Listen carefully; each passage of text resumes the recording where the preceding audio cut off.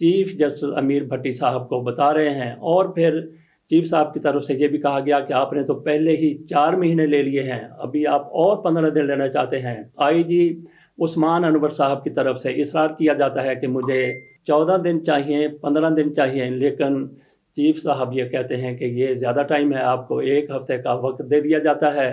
تو اس پر معاملہ تقریباً ختم ہو جاتا ہے۔ یہ سماعت جاری رہتی ہے صرف 4 منٹ، اور انہی 4 منٹ میں چیف جسٹس صاحب ان کو یہ کہتے ہیں کہ ان کے ساتھ ہم ملاقات کر لیں۔ وہ کوئی تھوڑا سا جواب دیتے ہیں کہ میں نے کہاں جانا ہے، تو پھر ان سے کہا جاتا ہے کہ 5 بجے تک آپ عمران ریاض خان کے والد سے اور ان کے وکلاء سے مل لیں۔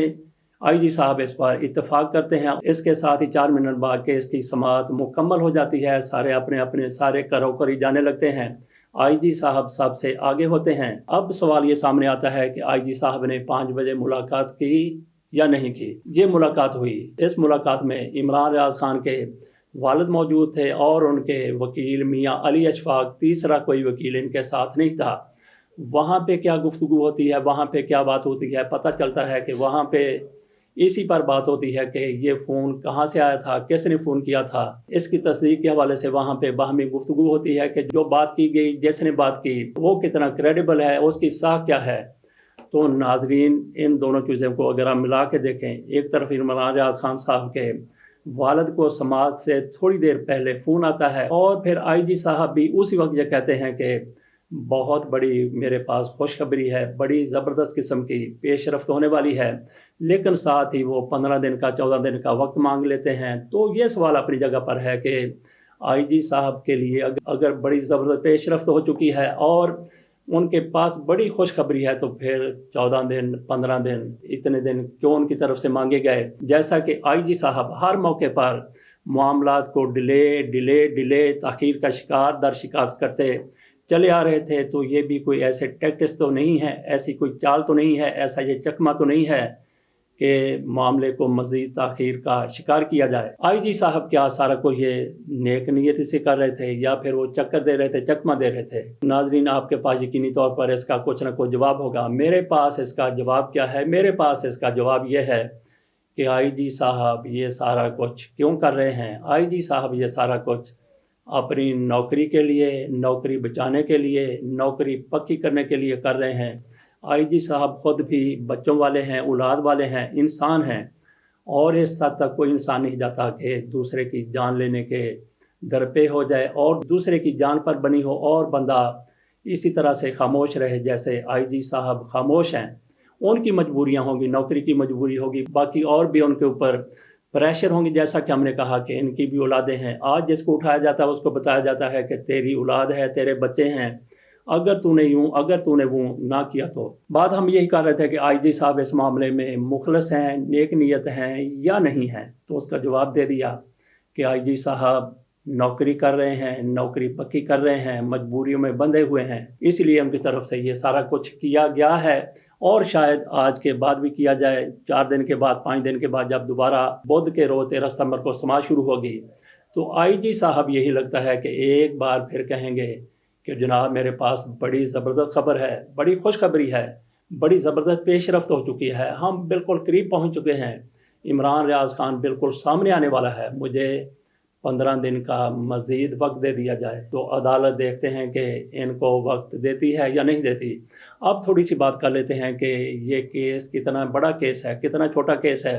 عمران ریاض خان بلا شبہ بہت بڑا اینکر ہے، بہت بڑا صحافی ہے، لیکن ان پر جتنا وہ بڑا صحافی ہے، جتنا بڑا اینکر ہے، جتنا بڑا انسان ہے، اتنا ہی اس پر چھوٹا کیس بنایا گیا ہے، اور اس کے بعد سے وہ لاپتہ ہے۔ اگر عمران ریاض خان کو آج ہی رہا کر دیا جاتا ہے تو بہت سے دلوں کو سکون مل جائے گا۔ اب تھوڑا سا دیکھ لیتے ہیں کہ ہر موقع پر کتنے لوگ وہاں پہ آتے ہیں، عمران ریاض خان کے کتنے وکلاء ہیں جو پیش ہوتے ہیں، اور جو سرکاری وکلاء اور سرکاری حکام پیش ہوتے ہیں وہ کتنے ہیں۔ میں آپ کے سامنے عمران ریاض خان کے وکلاء کی لسٹ رکھتا ہوں۔ یہ وہ لوگ ہیں جو تقریباً ہر پیشی پر موجود ہوتے ہیں۔ اس وکلاء ٹیم کے علاوہ بھی عمران ریاض خان کی وکالت کرنے والے کچھ وکلاء وہاں پہ ہوتے ہیں۔ یہ 10 لوگ ہیں جو عمران ریاض خان کی وکالت کرتے ہیں، جو اس روز باقاعدہ وہاں پہ موجود تھے۔ شاہ مسعود، میاں علی اشفاق، رانا عبد المعروف خان، میاں اظہار احمد راجہ، عبد القدیر، علی احد کھوکھر، عمیر حسین، طاہر عباس بھٹی، ارشد علی جنجوعہ، پیر علی رضا، سلمہ ریاض، آمنہ لیاقت اور راشدہ سلیم، یہ عمران ریاض خان کے وکلاء جو باقاعدہ وہاں پہ ہر پیشی پر موجود ہوتے ہیں۔ اس کے علاوہ بھی وہاں پہ عمران ریاض خان کے دیگر وکلاء موجود ہوتے ہیں، ان میں جن کو میں جانتا ہوں ان میں انجم حمید بھی ہیں، وہ وہاں پہ کافی زیادہ فعال ہوتی ہیں، متحرک ہوتی ہیں، لیکن ان کا ان وکلاء کی لسٹ میں نام نہیں ہے۔ اسی طریقے سے اور بھی کئی وکلاء ہیں جن کا یہاں پہ نام نہیں دیا گیا۔ اب آ جاتے ہیں جو حکومت کی طرف سے وکلاء پیش ہوتے ہیں۔ سید تنویر احمد ہاشمی